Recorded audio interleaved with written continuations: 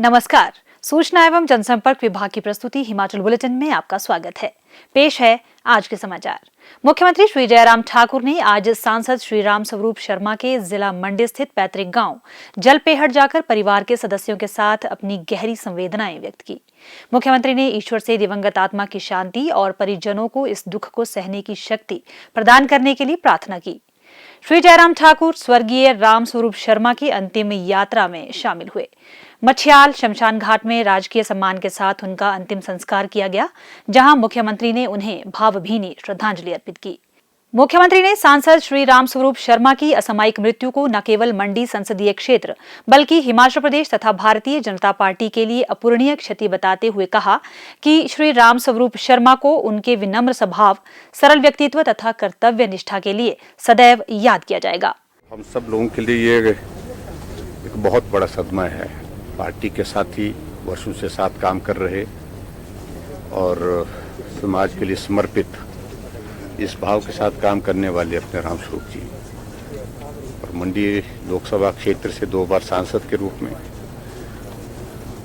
और सबसे बड़े अंतर से आज तक जीतने वाले राम स्वरूप जी, वो हमारे बीच में नहीं रहे।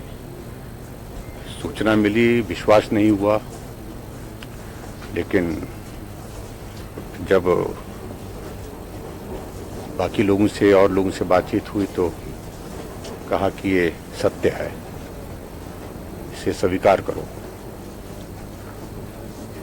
राम स्वरूप जी का पार्टी के अंदर एक अलग स्थान था। कार्यकर्ता के नाते सहजता, सरलता, लोगों से मिलना, मिलनसार होकर के काम करना और अपने क्षेत्र के लोकसभा क्षेत्र के मसलों को हमेशा उठाना, फोन करना, पत्र लिखना, फिर उसके बाद उसका फॉलोअप करना, ऐसा उनका स्वभाव। कार्यकर्ता के लिए काम करना और समाज के लिए काम करना, तो ये स्वाभाविक रूप से हमारे लिए तो बहुत बड़ी क्षति है। पार्टी की दृष्टि से भी, एक परिवार के लिए, उनके परिवार को भी बहुत बड़ा ये आघात है। ईश्वर उनको इस दुख को सहन करने की ताकत दे, ऐसी मैं प्रार्थना करता हूँ। और राम स्वरूप जी के जो स्वप्न को साकार करने के लिए हम सब लोग काम करें हिमाचल प्रदेश में, जहाँ इस मंडी लोकसभा क्षेत्र की अगर हम बात करें, जिन मुद्दों को लेकर के हमेशा वो सक्रिय होकर के अपनी बात कहते रहे, उन मुद्दों को लेकर के आने वाले समय में जो संभव हो पाएगा वो करेंगे कोशिश। प्रदेश सरकार ने राज्य में मत्स्य पालन को बढ़ावा देने के लिए अनेक सकारात्मक कदम उठाए हैं, जिनके उत्साहजनक परिणाम सामने आ रहे हैं और मत्स्य पालकों की आमदनी में भी वृद्धि हो रही है। मुख्यमंत्री श्री जयराम ठाकुर के कुशल नेतृत्व में प्रदेश सरकार के प्रयासों से संबल पाकर राज्य के अनेक युवाओं ने मत्स्य पालन को व्यवसाय के रूप में अपनाकर जीवन में सफलता की राह प्रशस्त की है। कॉरपोरेट सेक्टर की नौकरी छोड़कर घर वापस लौटे जिला ऊना के पंजावर क्षेत्र के निवासी श्री अनिल राणा और श्री अखिल राणा ने मत्स्य पालन व्यवसाय अपनाया और सरकार की योजनाओं से लाभान्वित होकर आज इस व्यवसाय से अच्छा मुनाफा कमाकर बेरोजगार युवाओं के लिए रोल मॉडल बन गए हैं। सरकार की नील क्रांति योजना के तहत उन्होंने मत्स्य पालन के लिए क्षेत्र बढ़ाकर 4 हेक्टेयर कर लिया। तालाबों में 5-5 किलो वजन की मछली का उत्पादन हो रहा है तथा इससे अच्छा मुनाफा होता है। 1 हेक्टेयर में लगभग 10,000 फिंगरलिंग्स डाले जाते हैं, जो कि 1 साल में लगभग 10 टन के करीब तैयार हो जाते हैं। इसी प्रकार 4 हेक्टेयर में 40,000 फिंगरलिंग्स डालकर लगभग 40 टन मछली उत्पादन किया जाता है। सिर्फ 2 हेक्टेयर से शुरू किया था, अब हमारे पास 4 हेक्टेयर में, अभी पिछले साल ही 2 हेक्टेयर के और नए तालाब बनाए हैं, तो अब टोटल जो एरिया है हमारे पास 4 हेक्टेयर में है। इसमें हमारे पास 40,000 के करीब मछली है, जो कि इंडियन मेजर कार्प और रहू, जिसमें रहू, कतला, मृगल, इसके अलावा ग्रास कार्प और कॉमन कार्प भी है। तो पांच डिफरेंट स्पीशीज है कार्प प्रजाति की। 10 जुलाई 2019 को हमें NFDB, national fisheries development board ने बेस्ट फिश फार्मर का अवार्ड भी दिया था, ऑल इंडिया, जिसकी सेरेमनी हैदराबाद में की गई थी। भारत सरकार ने एक बहुत अच्छा किया है, SFAC ने, गवर्नमेंट ऑफ इंडिया गारंटी दे रही है ऐसा नहीं है कि अगर मेरे को लोन लेना है बैंक से तो मेरे को अपनी ज़मीन गिरवी रखनी पड़ेगी या कोलेटरल सिक्योरिटी देनी पड़ेगी, कुछ नहीं।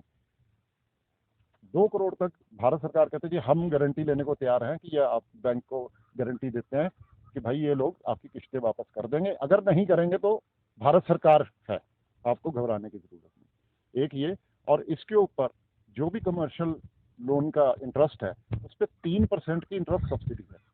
रही बात स्पोर्ट की, तो चाहे फिशरीज डिपार्टमेंट हो, चाहे हिमाचल प्रदेश की सरकार है, उन सबसे हमको पूरा सहयोग मिलता है। इसके लिए मैं उनका धन्यवाद प्रकट करना चाहता हूँ। देश में मछली उत्पादन से जुड़े 5 FPO में से एक ऊना जिला में बनाया गया है, जिसमें राणा बंधुओं ने क्षेत्र के 150 किसानों को जोड़ा है। वित्त वर्ष 2020-21 से 2024-25 तक सभी राज्यों तथा केंद्र शासित प्रदेशों में प्रधानमंत्री मत्स्य संपदा योजना लागू की गई है। योजना के अंतर्गत मत्स्य पालन के क्षेत्र में 20,000 करोड़ रुपए का निवेश किया जाएगा। मत्स्य संपदा योजना के तहत बायोफ्लॉक तकनीक, RAS तकनीक, बर्फ उत्पादन तथा मछली के चारे का प्लांट लगाने तथा आउटलेट निर्माण के लिए सरकार की ओर से 40 से 60% तक सब्सिडी प्रदान की जाती है। महिलाओं, अनुसूचित जाति तथा अनुसूचित जनजाति के लाभार्थियों को 60% तथा सामान्य वर्ग के व्यक्तियों को 40% सब्सिडी प्रदान की जाती है।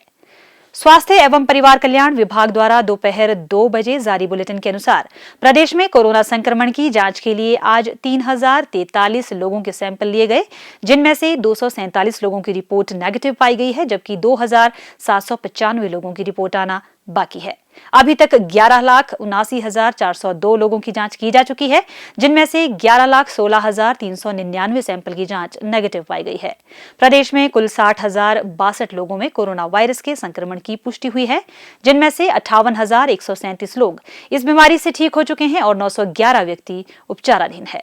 हिमाचल बुलेटिन देखने के लिए सब्सक्राइब करें YouTube channel DPR Himachal, follow करें ट्विटर @DPRHP, लाइक करें Facebook page information and public relations department Himachal Pradesh, visit करें वेबसाइट www.himachalpr.gov.in। इस अंक में इतना ही, कल फिर होगी मुलाकात, दीजिए इजाजत, नमस्कार।